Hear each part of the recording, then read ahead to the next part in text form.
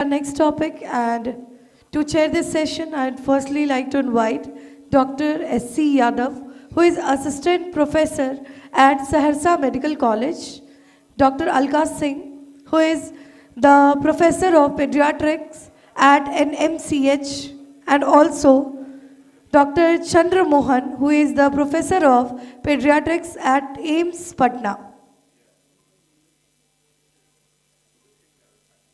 So all the chairpersons are firstly requested to kindly join us on board, and then I would like to request our honorable speaker, Dr. Mayank, to please join us.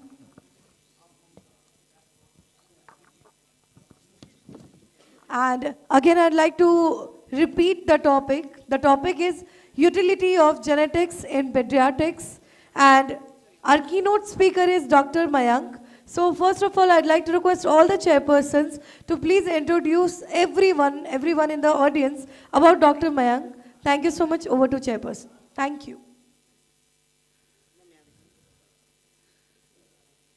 So I am privileged to introduce Dr. Mayank Nile.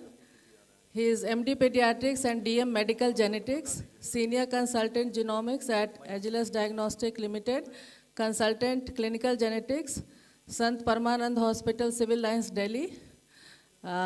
He was Assistant Professor, Department of Medical Genetics, Postgraduate Institute of Child Health, Noida, Assistant Professor, SGPGI, Lucknow, Senior Resident, Pediatrics, MAMC, New Delhi, Registrar, Pediatrics, Cloud9 Hospital, Bangalore. He has 15 research publications in national and international journals. He is a life member of Society of Indian Academy of Medical Genetics, life member, Indian Society of Inborn Errors of Metabolism, and certified member of Society of Fetal Medicine. So he is going to give a deliberation on a very important topic. Nowadays we are depending more and more on genetic analysis of different conditions, and I am sure it is going to benefit everyone. Thank you, ma'am. At the outset, I would like to thank the organizers for giving me this opportunity. And I'm feeling so much emotional and nostalgic because I did my MD Pediatrics from Darbhanga only. So it's like a homecoming for me. Now, this is a very important topic. Now, why genetics is important for pediatricians? Initially, something which was like rare, it is not that rare because you all know we have a large population, and many of these disorders we are seeing almost daily in our routine practice. Around 10,000 rare genetic disorders are known, and you will be surprised to know that every year new genes and new syndromes are coming up which are affecting multiple dimensions of a child. As per WHO, any disease with a prevalence of less than 1 in per 1,000 population is called rare. But you will be surprised to know again that around 300 million people are suspected to have such disorders, and personally I feel many of them die undiagnosed. And WHO also recommends that genetic services should be introduced in a country when the IMR is less than 50. So our IMR around 27, we need to think seriously about genetic disorders. Now, when we come to genomics in pediatrics practice, various research studies have shown that even if the pediatric admissions which we are doing daily in our emergency, around 15 to 20% of them have some or other genetic etiology. So right now is the time that we pediatricians should be aware about the various genetic disorders, various genetic tests which we are employing daily in our office practice. So what should be the approach in pediatric genetics? Something like a phenotype is very important. Now by phenotype I mean detailed clinical features of the child. As a pediatrician, we all know clinical examination is very important apart from the history. Similarly, it is more important for genetics head-to-toe examination, any dysmorphism, any subtle feature in the general examination or systemic examination, we need to document it. And again, choosing the right test. You should know that there is no single genetic test for all which will cover all the genetic disorders. There are different set of genetic tests which we need to decide as per the etiology. Pre-test counseling is very important. Patient को पता होना चाहिए कि भाई आपका हम whole exome करा रहे हैं, आपके इतने पैसे खर्च होंगे तो उसका आउटकम क्या होगा. Then only the patient will go for the test or will not go for the test. Generally, we have a non-directive counseling. Patients should also have that right to opt out after knowing the pros and cons. Review of the reports is very important, and most of these genetic disorders require a multidisciplinary team. It is not like that we should not take opinion from our cardiology colleague or our endocrinology colleague. There should be tumor boards, there should be a metabolic board, which is already there in most of the places. Then utility of genomic databases. अगर आपने genetic test कराया होगा exome किसी में, तो उसमें jeans रहते हैं, वेरिएशंस आते हैं, लगता है भाई क्या है. There are some very good, easy, available databases which are free of cost, which we should keep on checking. कोई भी जीन आपको डाउट है, आप उसमें डाल के गूगल पे देख लो, जैसे हम लोग फेसबुक करते हैं, व्हाट्सएप करते हैं, similarly something like that. Then again post test counselling is very important to explain the outcome of the result. Reverse phenotyping, by reverse phenotyping I mean, for example global developmental delay का patient है, आपने exome कराया और thiamine responsive कोई disorder आया, ठीक है, हमें पहले पता नहीं है, आप उसको रिव्यू करो लिटरेचर, पेशेंट को दोबारा बुलाओ and just match the findings. Many times you will see कि certain findings were there which we have missed. And again, treatment, surveillance and prevention is also important in genetic disorders, because still now as well, most of the genetic disorders, the treatment is prevention, and that is prevention to the next generation. And of course, collaboration with research groups and patient support groups helps a lot, which I'll take you all through different case scenarios. So now I'll discuss certain very good case scenarios, which will certainly give you a glance of genetics. This was a 10-year-old girl who was referred to me by my orthopedic colleague. The provisional diagnosis was Marfan syndrome. This girl was having difficulty in walking. We were also suspecting some skeletal issues, skeletal dysplasia. Apart from that, जो Marfan के typical features होते हैं, arachnodactyly, joint laxity was there, wrist sign जो हम लोग देखते हैं, thumb sign, everything was positive. So we also kept a provisional diagnosis of Marfan or Ehlers-Danlos-like syndrome. Now what we did, the family opted for the genetic test, we went for the genetic test. But surprisingly, Marfan syndrome का mutation नहीं आया, mutation आया TGFBR2 नाम के gene में, जिससे एक syndrome होता है Loeys Dietz syndrome. Frankly, I was also not aware of this syndrome. Then there are certain guidelines to classify the such variations, and it came out to be likely pathogenic. Now the question should कि sir आपने क्या किया, आपने मरीज का खर्चा करा दिया, टेस्ट करा दिया. Now what the patient is going to have the advantage? I put this gene in OMIM. OMIM is a free database. Then I reviewed the literature, and then I found that this disorder is also a connective tissue disorder like Marfan syndrome, and such patients are known to have sudden arterial aneurysms and aortic dissections are known. This was not evident on my clinical examination.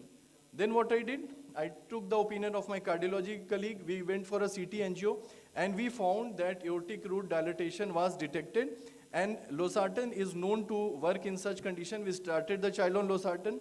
We explained the family regarding the danger signs of aortic dissection, and follow-up CT angio, there is no change in the measurements. And then we are also proceeding for the orthopedic intervention. Now how genetic testing helped in this condition? It helped us in diagnosing condition and the cardiac issue, which was not evident on clinical examination, and so the child was prevented from a sudden acute cardiac event. Now case 2, this is very interesting.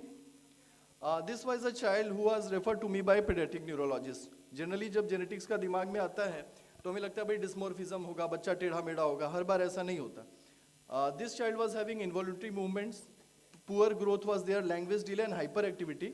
और जब हम लोग resident हैं या फिर हम लोग practice करते हैं, हम लोग पूछते हैं ना बच्चा देर से रोया था, देर से रोया था, देन फैमिली हाँ सर देर से रोया था. तो this child was tagged as a case of spastic CP और post HI sequelae. He was on Levera and clobazam. As we do for all such cases, we took a detailed history, we drew a pedigree. The child was from a consanguineous family. Head circumference was of course showing severe microcephaly. The child was hyperactive. Poor attention span was there, and most of other examination was normal apart from appendicular spasticity and plantars were extension. We did the routine investigation which was normal. उसके पास एक MRI brain भी था. I would also suggest PGs and residents do review the MRI plates. Radiologically का help लो, सीखो, खुद से भी देखना है. So, but when we reviewed again, we found that subtle myelination abnormalities were there and thinning of corpus callosum was also there. EEG was showing a typical multifocal discharges. Then I also did a plasma amino acid analysis which showed low levels of serine and glycine. Simple एक TMS dried blood spot पे यहाँ भी कर सकते हैं, हर जगह भेज सकते हैं. तो मुझे लगा अच्छा serine glycine blood में कम है. फिर मैंने CSF भी किया, serine and glycine was decreased. Then what? Then we went for the genetic testing, and this child was found to harbor a mutation for a disease called phosphoglycerate dehydrogenase deficiency. This is the ACMG criteria which we follow. Now again, what was the good thing? Then I again reviewed the literature. I found कि भाई इसका treatment तो बहुत easily उपलब्ध है. We started the child on serine and glycine, and but again this will be required lifelong. And the surprising thing is that the cost is very less. 10 kg child, the monthly cost is coming around 1500 to 2000 rupees. And you won't believe, within 3 months of the starting of the therapy, there was no seizure recurrence, hyperactivity decreased, and I'm following up this child for last 2 years. Almost अभी मैंने taper करके लिवेरा भी बंद कर दिया, क्लोबाजाम भी बंद कर दिया, बस सेरिन और ग्लाइसिन पे है. So this is the advantage of a genetic testing.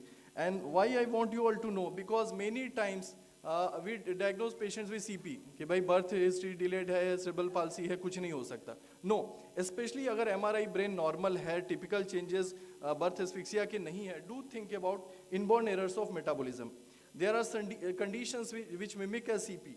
जैसे अगर बहुत ज़्यादा spasticity, it can be there in these metabolic disorders like arginase deficiency.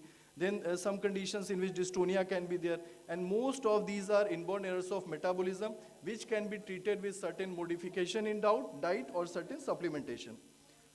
Now case 3, this is also interesting. This child was referred to me with a suspected case of ectodermal dysplasia. इसको बाल नहीं थे, thick skin था, तो typical जो हमारी पहली diagnosis होती है ectodermal dysplasia करके था.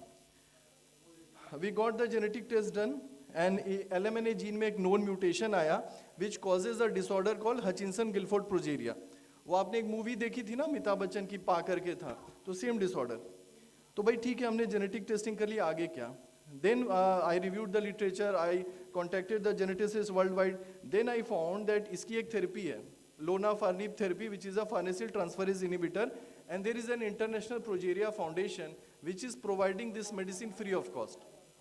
Okay, then we started this child on this medication, and then later on 2 more kids were diagnosed, and with the help of Progeria Foundation, these children will get this therapy free of cost throughout their life.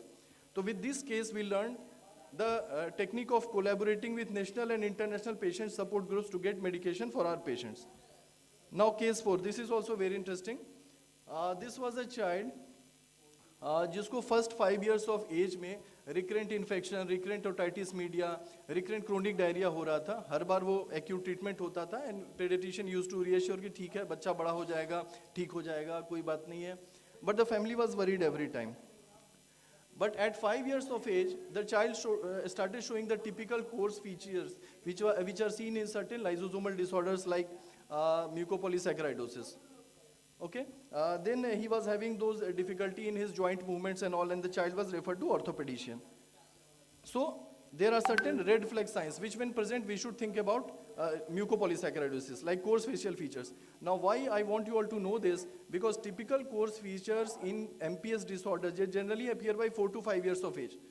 तो हमें early age में कैसे पकड़ना है? तो जो ये generally MPS के बच्चे होते हैं, initially they may present with inguinal hernia, they may present with recurrent acute otitis media in their first year of life.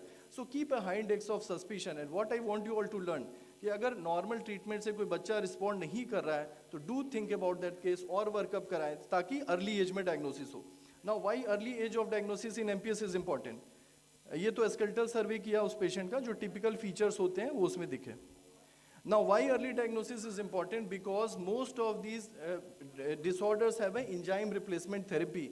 और वो पहली वाली बात नहीं रहेगी कि बहुत महंगा है, मिलेगा नहीं. ESI हॉस्पिटल्स के थ्रू फ्री ऑफ कॉस्ट मिलता है. मेरे कितने पेशेंट्स को मैंने नोएडा में डायग्नोज किया, ESI नोएडा से फ्री में उनकी ERT मिल रही है. Even the government has brought national rare disease policy with which at one time 50 lakhs of money is being given and many children are getting benefit of that. There are 2 enzyme replacement therapy which are approved right now, especially for MPS II. One is Elaprase and the other is Huntrase, just a difference of the company. These are weekly intravenous IV infusions. Even in AIMS Patna, few patients are getting. And what is very important is that कि अगर ये therapy late से मिलेगी तो बहुत चीज़ें irreversible हो जाएंगी, especially the neurological features. So better to diagnose early and start the treatment. Now, especially for residents. Spot diagnosis कोई बताएगा? ये सारे बच्चे मेरे पास रेफर्ड हुए थे लास्ट ईयर, कोई क्वेरी डाउन सिंड्रोम करके, कोई क्वेरी एमपीएस करके. जी ma'am, why I have kept this, I will show. 3 patients were having hypothyroidism, which I feel as a pediatrician, if we are missing hypothyroidism, this is a crime.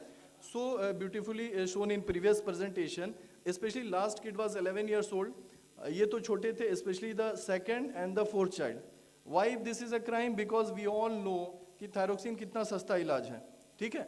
And if again we give a stress to newborn screening and we diagnose such patients with hypothyroidism at early age, we start thyroxine supplementation, they are doing quite well. ये वाला तो mucolipidosis था. Why I have kept here is that because mucolipidosis, all the features will be like mucopolysaccharidosis, but the presentation will be in infancy. ये तो पटने की ही family थी, but म्यूकोलिपिडोसिस का सैडली ट्रीटमेंट नहीं है. बट अगर फर्स्ट ईयर ऑफ लाइफ में इन्फेंसी में such features are coming, do think about mucolipidosis. And of course achondroplasia is a skeletal disorder, short limb dwarfism होती है, इसका भी थेरेपी है. इसका वोसोरिटाइड इंजेक्शन होता है जो 4 इयर्स के बाद लगता है पेशेंट्स को. Even growth hormone has been tried. So right now many therapies are coming. So universal newborn screening is key to diagnose such disorders. Now this is also very important, something related to pediatric endocrinology. Maturity onset diabetes of the young, we all know. These were 2 brothers, this child was referred to me by the pediatric endocrinologist, who were not showing good response to insulin therapy. फिर इनका हम लोगों ने genetic test किया and we found a mutation in KCNJ11. Okay? So what is important about KCNJ11? इसमें known है world wide कि अगर ये जीन में म्यूटेशन है तो इंसुलिन का रिस्पॉन्स नहीं होगा. तो in that case we started the child on sulphonylureas and the child is doing quite well. So again here genetic testing helped us in deciding the non response to the therapy. Even in HNF1A. Now case 6, this is also very interesting. This was a 2-month-old female child who was referred to us with typical bilateral CTEV, congenital arthrogryposis, skeletal dysplasia करके इसकी history थी. We again took the family history. What typical was that the mother of this child was having a very poorly controlled diabetes. Her pregnancy में वो GDM था, बहुत HbA1c बढ़ा हुआ था. तो बेसिकली ये क्या था? Maternal HbA1c was 10.4. So this was not a genetic condition. This was a diabetic embryopathy. So again, the learning from this case is that every dysmorphism is not genetic. First rule out the common things, then go for genetic. So history is very important for residents. अगर किसी ने history ली होती तो पता चल जाता कि भाई diabetes है, उसका complication बच्चे में हुआ. So this is my last slide. So what is the take home message? मैंने एक कोड बनाया है CPR PCM. By C I mean clinical diagnosis is always very important. Lab report, genetic report सब secondary है. हमारी clinical diagnosis is important. Pre-test and post-test genetic counseling is very important for patients. For example, आप whole exome लिख रहे हो neurological disorders में, worldwide known है कि diagnostic yield is only 40%. 40% में ही कुछ significant आएगा, 60% में रिपोर्ट नॉर्मल आएगा. अगर आप मरीज को नहीं बताओगे तो कल को आएगा कि मैडम आपने मेरा 10,000 का जांच करा दिया, कुछ आया नहीं. So that is why counseling is very important, and post-test counseling to explain the results, outcome and the disorder is also important. Review of the report, do discuss with your colleagues. And again the option of prenatal testing, PGT. And the cascade testing, I mean testing of the other at-risk family members, especially in cancer. And supplement your NGS reports with segregation analysis. By segregation analysis, I mean कि recessive disorder का mutation है, VUS है, तो एक बार parents में Sanger करा के देख लें segregate कर रहा है कि नहीं. And of course, multidisciplinary management is the key. Do discuss with your colleagues of other departments. And most genetic disorders are incurable, I agree. But don't miss the surveillance and the supportive therapies available. Thank you. Thank you, Dr. Mayank, for your very nice presentation. And it was very an eye-opener because you can diagnose rare conditions and variants, and it is important in that. But the problem we face is the high cost and non-availability of the testing in the government hospitals. Yeah. So we prescribe, and then when the cost comes to 5,000, 10,000 in that range, then our patients are reluctant to go for it, and then finally... That will be an issue, ma'am, but if we get certain good projects and funding from the government, we have also done a lot of testing free of cost. So with time, the costs are increasing. Decreasing, sorry. So thank you, Mayank. It was nice listening to you once again, and you emphasized very important aspects. Genetics has always been very important in pediatrics. The problem lies when we were students, as you told in your last slide, most of them are incurable. So we thought कि क्या फायदा कुछ करने से होना नहीं है. Then our neurology friends, they started exploring genetics. So now 90% of neurology has gone to genetics. You can't make a diagnosis without a genetics except from the small one or two conditions. Then the nephrologists went for the genetics, and I am a PHO person, pediatric hematology oncology. Our 50% MDS have a genetic basis. Our leukemias we need for translocations every now and then for the treatment protocol. So genetics has now become ingrained in the pediatrics. And one important point you focused, now rare disease that protocol has come, and AIIMS Patna, we are the center of excellence for rare diseases. So if you have any condition, any diagnosis, you can send to us. We will be giving the free treatment as per the Government of India mandate, and we have a list of around more than 100 cases we have already registered, including my primary bone marrow failures. They are getting benefited from it. The negative point, what I will tell, so sometimes now our postgraduates, they are not exercising their brains कि ये क्या हो सकता है, San Filipino हो सकता है, MPS हो सकता है, इसमें गॉचर्स क्या करना है, फैब्रिज में क्या होना है. They just go for the वो whole exome sequencing कर लेना है. So that is wrong, and where you have to first point a thing what you are thinking, then you go for it. And then unknown significance. The reports of US makes you nowhere, and you will have to again scratch your head and tell the family, this is still a possibility, this may be further explored. So that's all. Thank you. Thank you, sir. Thank you, Dr. Mayank. Very good presentation.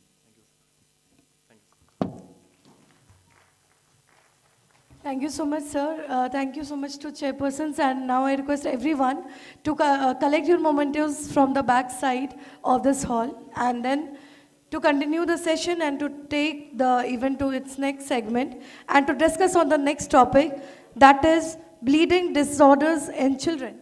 So our next topic is going to be, mic का volume please कम मत कीजिए. Excuse me. So our next topic is going to be bleeding disorders in children, and